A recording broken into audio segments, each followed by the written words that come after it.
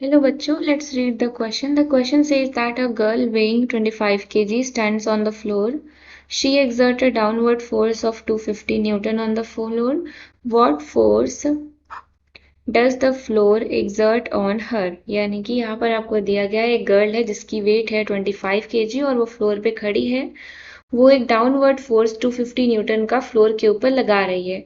तो आपको बताना है कि फ्लोर उसके ऊपर कितना फोर्स लगाएगा, कितना फोर्स एक्सर्ट करेगा फ्लोर।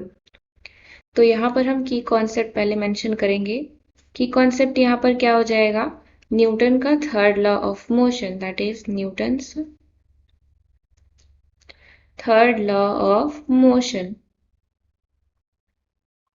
तो Newton third law of motion क्या होता है?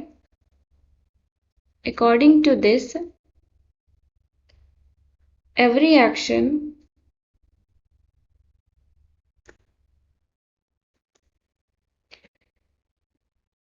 has equal and opposite reaction। हर एक एक्शन का इक्वल और ऑपोजिट रिएक्शन होता है। Every action has equal and opposite reaction. तो यहाँ पर दिया गया है कि गर्ल का वेट 25 kg है, वो फ्लोर पे खड़ी है, वो एक डाउनवर्ड फोर्स लगा रही है 250 न्यूटन का। तो अब हम मान लेते हैं कि ये कोई क्या है, कोई गर्ल है ये, और ये क्या है, फ्लोर है। हम मान लेते हैं कि ये फ्लोर है। तो ये फ्लोर पे खड़ी है, ये इस पे फोर्स कितना लगा रही है, 250 न्यूटन फोर्स लगा रही है। और न्यूटन थर्ड लॉ के अकॉर्डिंग अगर कोई बॉडी कहीं फोर्स लगाती है तो सेम जो जिसके ऊपर वो फोर्स लगा रही होती है वो भी उस बॉडी के ऊपर इक्वल और ऑपोजिट फोर्स लगाता है। तो इसका मतलब क्या हो जाएगा, that is the force exerted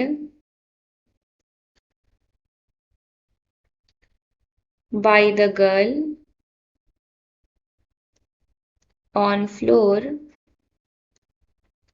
is equal to force exerted by the floor on her।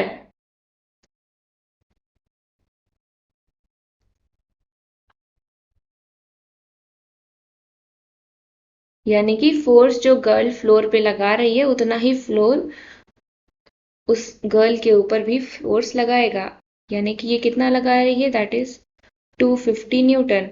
तो अगर वो 250 न्यूटन फोर्स लगा रही है फ्लोर के ऊपर तो फ्लोर भी 250 न्यूटन फोर्स उसके ऊपर लगाएगा। तो फोर्स हमारा कितना हो जाएगा, 250 न्यूटन।